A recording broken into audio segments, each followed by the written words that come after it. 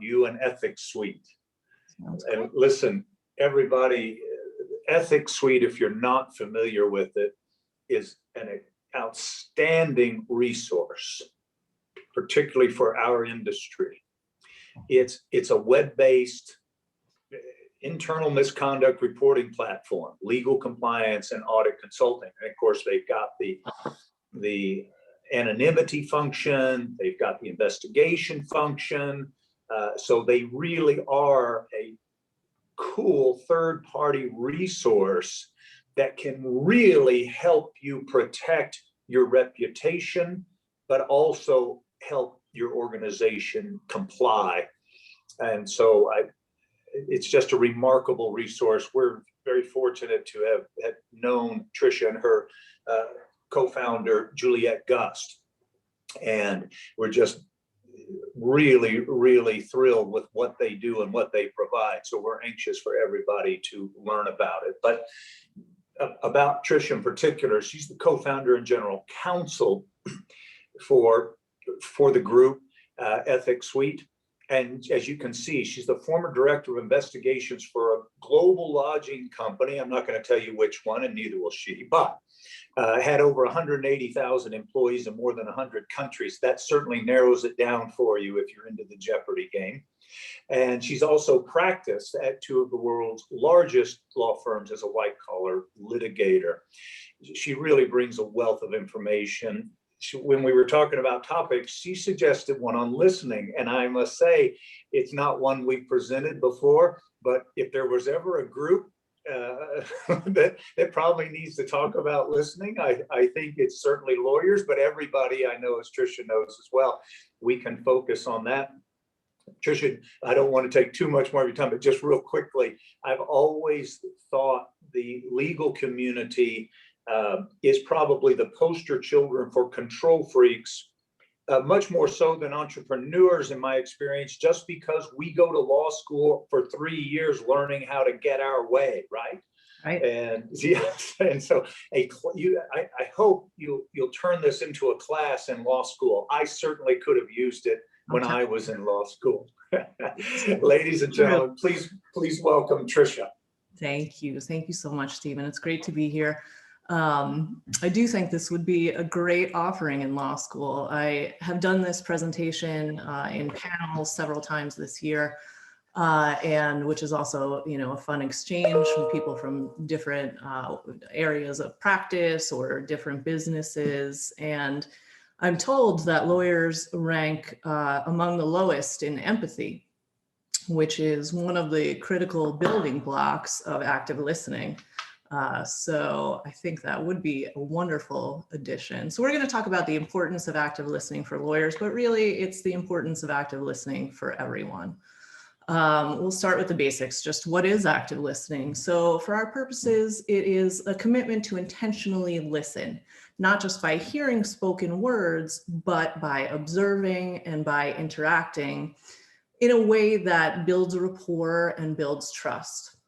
We can use this in all phases of our practice, right? Business development, it's so obvious. Our business development relies on personal relationships with people in our network. And in turn, by establishing these personal relationships and using your active listening skills, you can establish that you have an interest and an ability to meet your client's needs. Active listening is very critical to investigations, to depositions, to witness interviews. We're going to focus a bit more on investigations because that has been my practice. But again, all of these skills are translate into all areas. So internal relationship building within your organization, active listening will help you build internal relationships and foster collaboration. It helps your team members feel valued and know that their opinions and contributions are important to you. This also can bolster your internal compliance program, where people who feel that you are listening will also be more comfortable reporting to you if something is going wrong. So why is it so important? Again, it's obvious. Trust is critical to relationship building. But we also use active listening to develop a baseline. Outside of this kind of neutral spoken word, what is a person's norm? What do they look like when they approve? What do they look like when they disapprove? Or perhaps if they're holding something back. You need a baseline in order to establish this.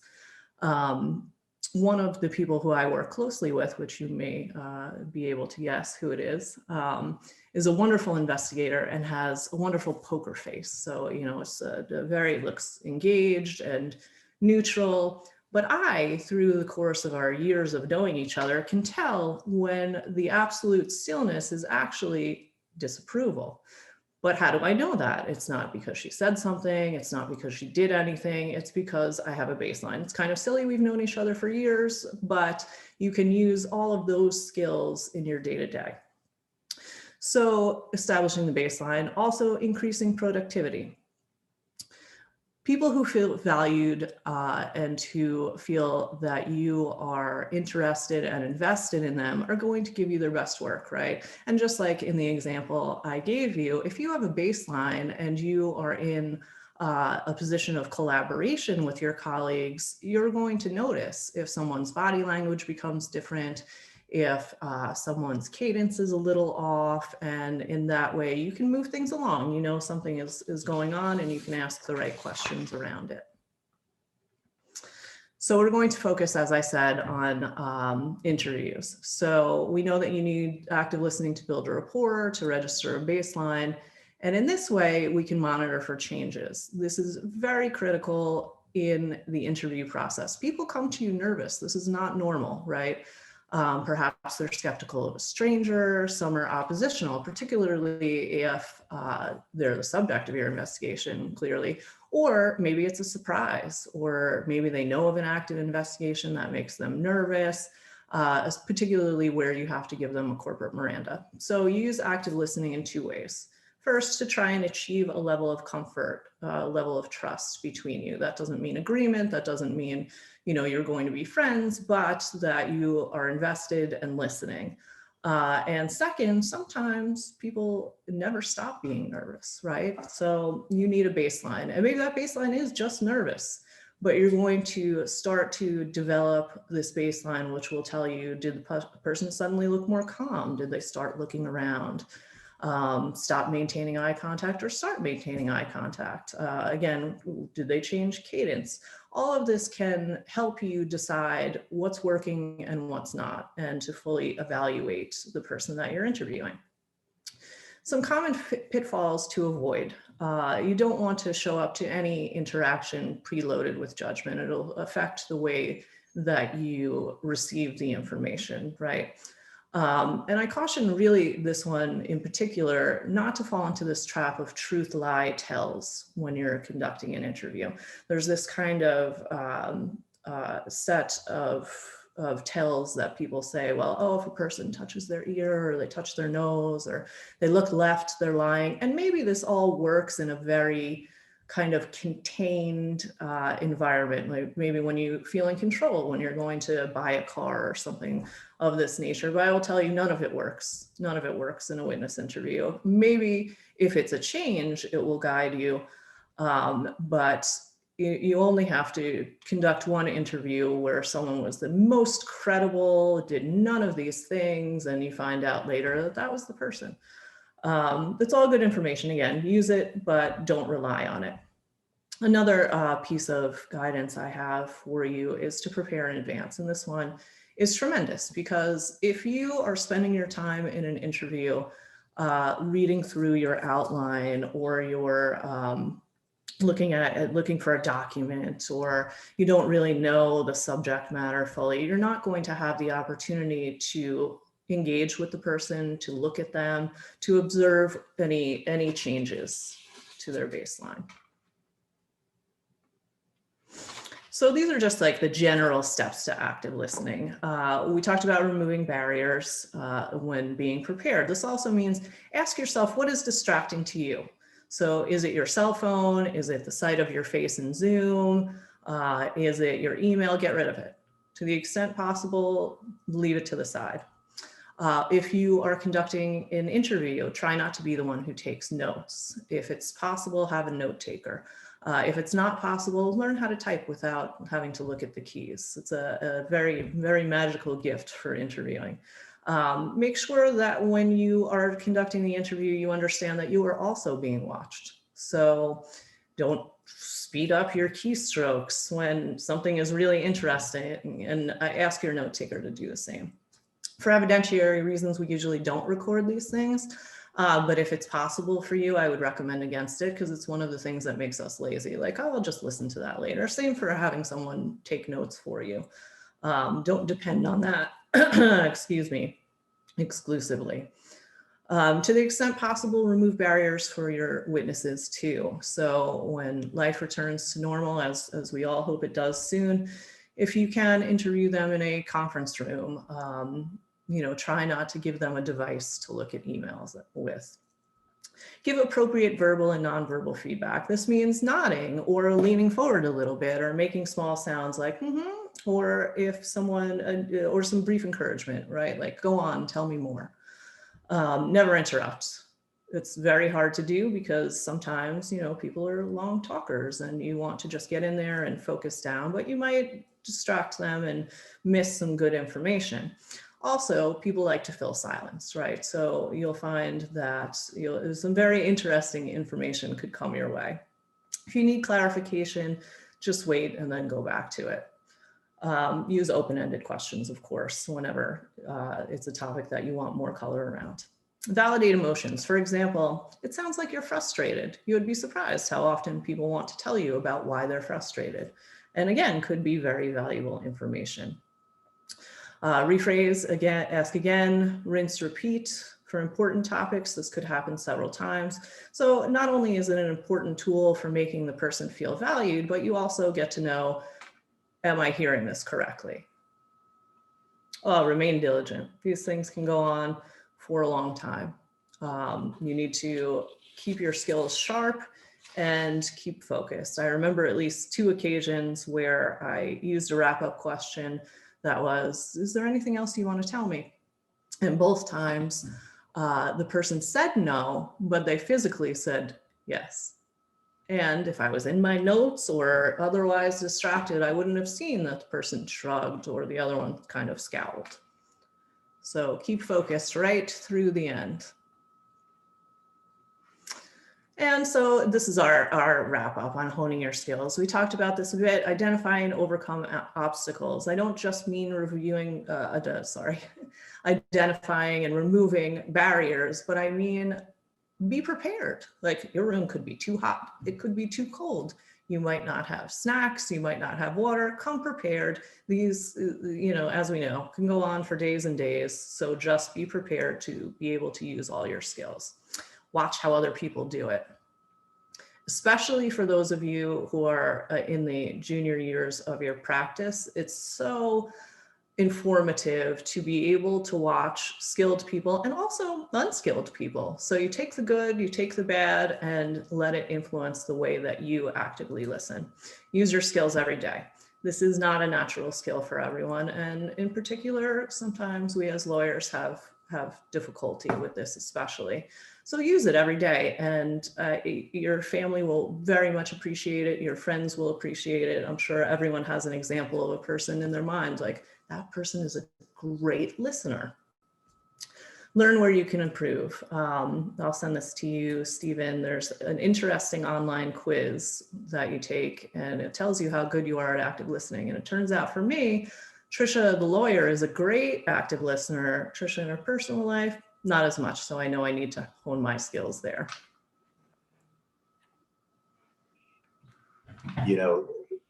That's great stuff. And it's interesting that you've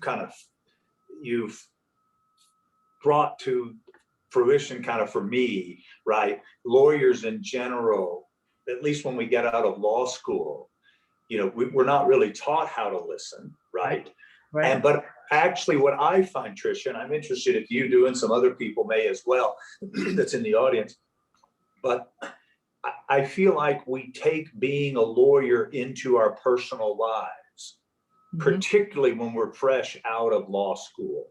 Does anybody else have that experience? I certainly did. Tricia, you had, it sounds like, yeah.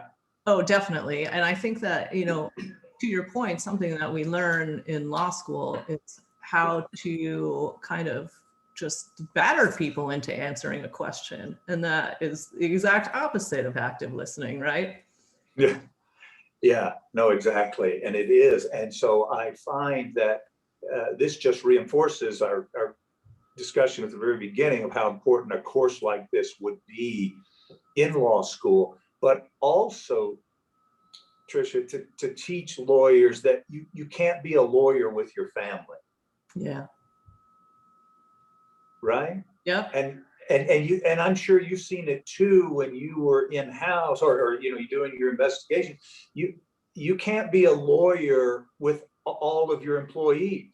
Mm-hmm. If you're in the general counsel's office, well, okay, you've got other lawyers and they're kind of used to that, right? Right. But if you do that with every employee, that's going to be harsh to many of them. Mm-hmm. Yeah. So I think not an effective way. Yeah, your tips are just terrific. Tell me a little bit. I'm a big believer in empathy, as I know you are, but your thoughts in the beginning saying that lawyers tend to lack empathy. Can you expand on that a little bit, or why? Did you happen to glean why they think that is? It's interesting, but it seems to be kind of this all meshes together, trained out of us. And, you get into an environment, particularly a law firm environment, where it's like, this is your highest and purest calling is to just work. And it kind of distances you, right, from being an empathetic person. Yeah, it does. My favorite description of empathy is looking at a shredded chicken salad from the chicken's perspective. I have found empathy to be so powerful. Although a friend of mine sent me a book about why empathy is bad. Really? Yeah, and the premise of the book was that it hurts you when negotiating. Right? You tend to think of the other side. I tend to think about when. Yeah, I'm the same way. I tend to think about win-win, and and then when you think about conflict resolution, Tricia, and I know you do a lot of that. My perspective is conflict resolution is not about win-lose, right? It's about finding the solution. Mm-hmm. Yeah, but most lawyers I know, myself included, till I grew a little bit, was that it's all about winning and losing, right? And that's not a healthy approach to conflict resolution. Right. And I don't think that you can fully understand or deliver an argument in the right way or a position in the right way without a certain degree of empathy. You have to know where that person's coming from. Right. And your comments about setting that baseline, mm-hmm. I think that also is part of the empathetic equation, right? Right. And I love what you said about being intentional about listening. Most people I know, Tricia, when they think they're listening, they're usually thinking about what they're going to say next. Yes, preloaded. Yep. You kind of have, you see that as well. And unfortunately, and we're not bashing lawyers because we are, but I do see it a lot in the legal community, right? Because they're trying to make their point and point out where somebody else is wrong, right? Mm-hmm. Yeah, so that's challenging. Tricia, well, we have a few more minutes. Can you share with the audience a little bit more about Ethics Suite? Oh, sure. So we have a web-based internal misconduct reporting platform that we co-brand with our subscribers. We've been around for about 4 years now. We also offer legal compliance and forensic auditing consulting services in our separate stream. So we do trainings and audits and compliance program building, policies and procedures, and those types of things. Yeah, and as I mentioned in the beginning, the intro, it's a terrific service. I hope you'll take a look at it. And it's ethicsuite.com is the URL. Yeah. And we have a little explainer video on there. It's less than a minute long. So if people want to check that out, they can. It would be great. Yeah, that would be great. And listen, last question. Give us your feel. I know Juliet shared with us last time we held a conference, but I'm curious, and I'm hitting you cold, I know, but what are the top areas that you hear about from employees? Is that a fair question? Sure. It is a fair question. I think that there is a lot of concern, obviously, to returning to the workplace around safety and, what that's going to look like. And then, honestly, Stephen, we've seen not a very dissimilar complaints to when we were in person. So we have the same issues around harassment and discrimination, even though, we're mostly remote. So I got to wrap my head around that a little bit, but yeah, that's interesting. Okay, well, thanks for sharing that, ladies and gentlemen. We have a few more minutes. If anybody has any questions, put it in the chat. Give it just a second. But Tricia, thank you. Oh, my pleasure. Thank you for having me. Always a pleasure to have you and Juliet join us, and we will definitely be in touch.